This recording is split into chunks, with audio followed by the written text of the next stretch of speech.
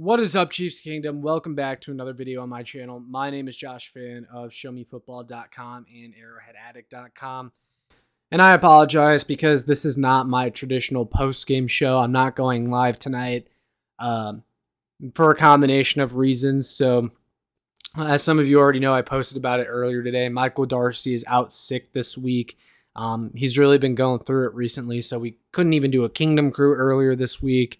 And then as this game got later into the night, I got a really bad headache, and I just was not up for doing a live post-game show, and it was going to be by myself if I even did one.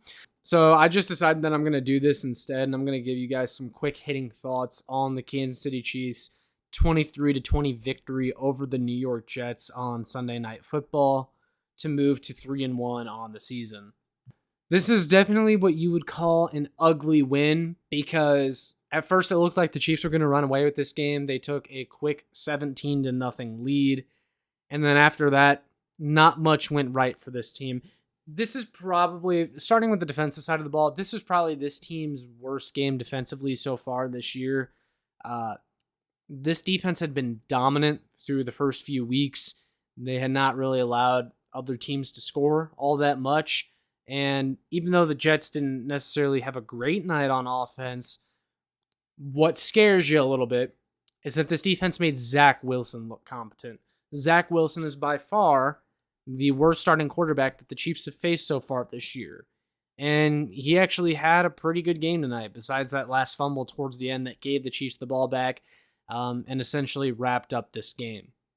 But Zach Wilson was 28 of 39 for 245 yards and 2 touchdowns. The Chiefs' pass defense was exposed a little bit tonight, especially exploiting the linebackers in coverage. The Jets were absolutely killing this team with their tight ends going up against our linebackers. Definitely a rough night for them in coverage. And then, of course, the Jets receivers were able to get loose just a little bit. Garrett Wilson and Allen Lazard each had a few nice catches, but I think by far the biggest problem with the defense tonight was the lack of pass rush. Zach Wilson had all day to throw back there, and that was concerning because the Jets' offensive line is not great, and this Chiefs' defensive line was pretty much neutralized by them. Chris Jones was the only guy tonight to record a sack on the defensive line. George Karlaftis got close a couple times with some pressures, was never able to bring Zach Wilson down, though. I saw some tackling issues from the defensive line. They had him wrapped up a few times and then just failed to actually bring him down. Chris Jones was really the only guy doing anything, which unfortunately is a recurring theme for this defensive line over the years.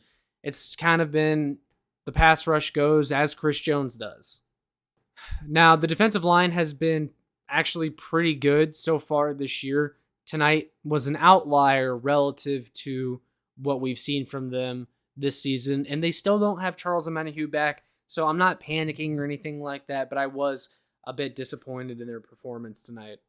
However, my biggest concern from tonight's game is the offensive side of the ball. So far, this team has only had one good offensive showing. That was last week against the Chicago Bears, who just fired their defensive coordinator the week before, or he resigned, or whatever it was. But they didn't even have a defensive coordinator for that game, and the Bears were just terrible in general.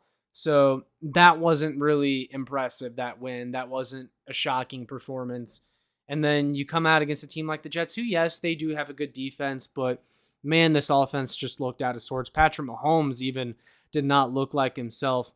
He was 18 of 30, very low completion percentage for him, for 203 yards, 1 touchdown, and 2 interceptions. And the 2 interceptions he threw were just they weren't like him at all because he was very short of his target on both of those passes that got picked off. And it was just uncharacteristic of him. And you almost have to wonder if he's healthy or if that knee tweak or ankle tweak that he had last week against the Bears is maybe affecting his throws a little bit this week. But it's not even just Mahomes. First of all, the offensive line, I thought, had a rough night. Penalties galore, letting Jets defenders through the entire night. Patrick Mahomes did not help them with some of his drifting, but that's kind of what he does. That's who he is. He's going to do that. I thought the offensive line did a poor job. And then, my God, guys, these receivers, they just cannot get open. They cannot get separation. You saw many times tonight, even on the plays where the offensive line blocking was good and Mahomes had all day back there, nobody was open. He had nobody to go to. His main target was Travis Kelce, who had 6 catches for 60 yards. And Travis Kelce, I'm telling you what, he looks like he's going to be 34 years old here in a couple weeks. Like, it's too much of a load, too much responsibility to be putting on Kelce's shoulders. You have to have someone else in the pass catching game step up, and the Chiefs just don't have the talent there. They don't have a number one. They don't have anyone that can consistently get open. The Chiefs, Ken Swanson tweeted this out on Twitter. Chiefs wide receivers tonight, 7 catches for 65 yards. That is not good enough. That is not going to cut it. This offense, these receivers, in 3 out of 4 games so far, have shown that they just are not capable. There's a lot of talent. There's a lot of potential. And I do acknowledge that it's going to require some patience for some of these guys. But you can't have 2 out of your top 3 receivers be a bunch of talent potential. You need someone, a bona fide number 1, not Marquez Valdez-Scantling. I'm talking like a Mike Evans or, call up the Atlanta Falcons and see if they're ready to deal Kyle Pitts yet, since they don't seem to want to use him. But, I'm just throwing ideas against the wall. Point blank, this receiver room does not have enough at this moment. Justin Watson is good for a big catch here and there, but he's not consistent.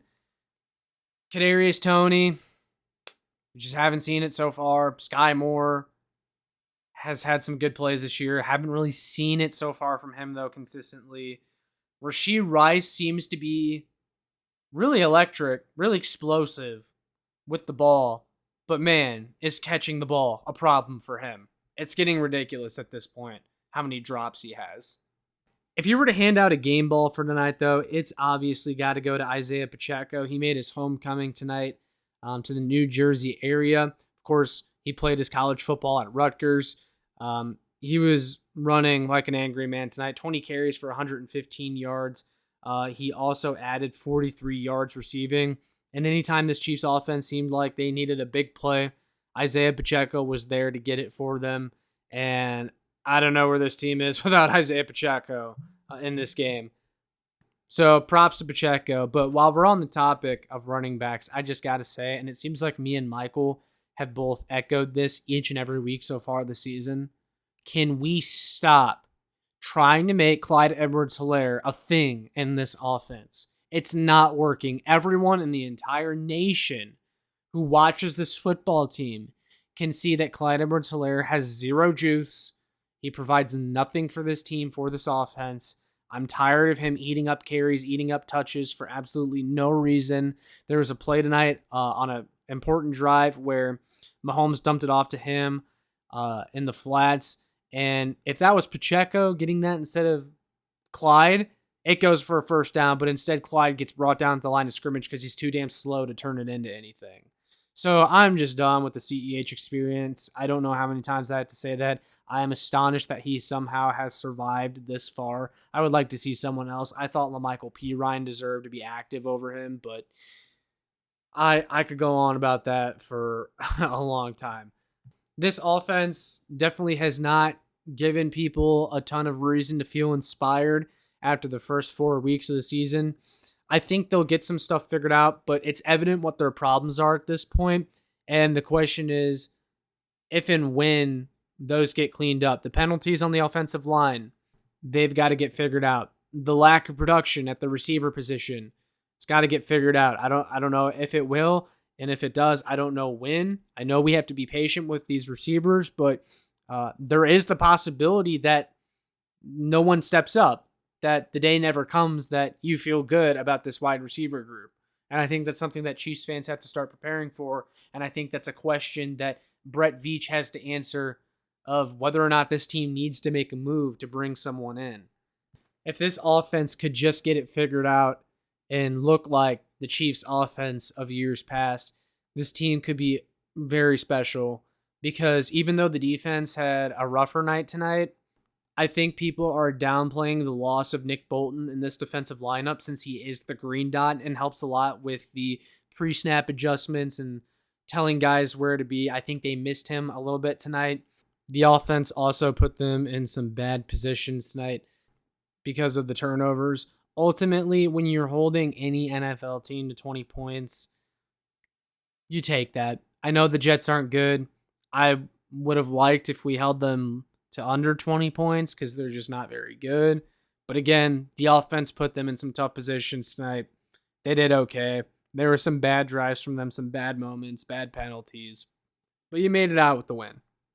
This game kind of reminded me of the Tennessee Titans game from last year where they started Malik Willis.